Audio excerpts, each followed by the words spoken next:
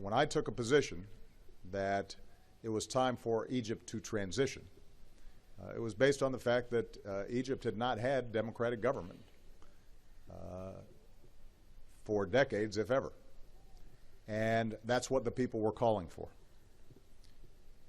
They went through an election process that, by all accounts, were legitimate. And Mr. Morsi was elected. And the U.S. government's attitude has been we would deal with a democratically elected government.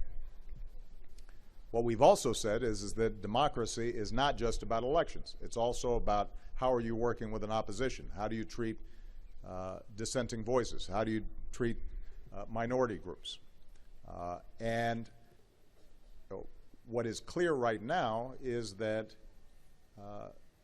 although Mr. Morsi was elected democratically, there's more work to be done to create the conditions in which everybody feels that their voices are heard and that the government is responsive and truly representative. And so what we've encouraged the government to do is to reach out to the opposition and work through these issues in a political process. It's not the U.S.'s job to determine what that process is, but what we have said is go through processes that are legitimate and observe rule of law. Now, obviously, we've been watching these big protests. Our number one priority has been making sure that our embassies and consulates are protected.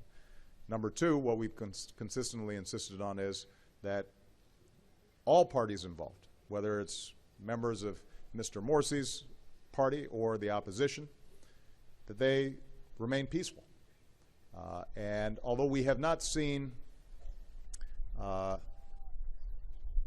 kind of violence that many had feared so far, the potential remains there, and everybody has to show restraint. I should add, by the way, we have seen many reports of women being assaulted in these protests, and for those who are participating in these protests or marches, assaulting women does not qualify as peaceful protests.